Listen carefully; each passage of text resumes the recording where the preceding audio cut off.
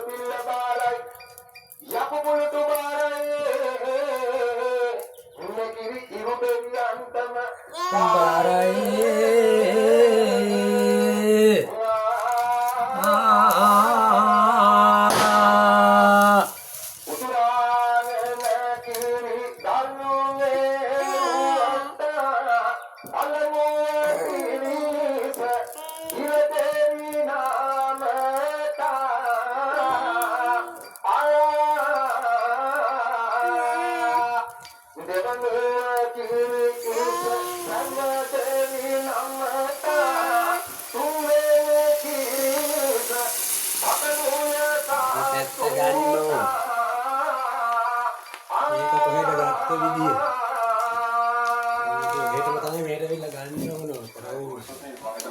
කිරිතරුවේ මේ කටයුත්ත වෙනුවෙන් තමයි මෙතන ඉඳලා තියෙන්නේ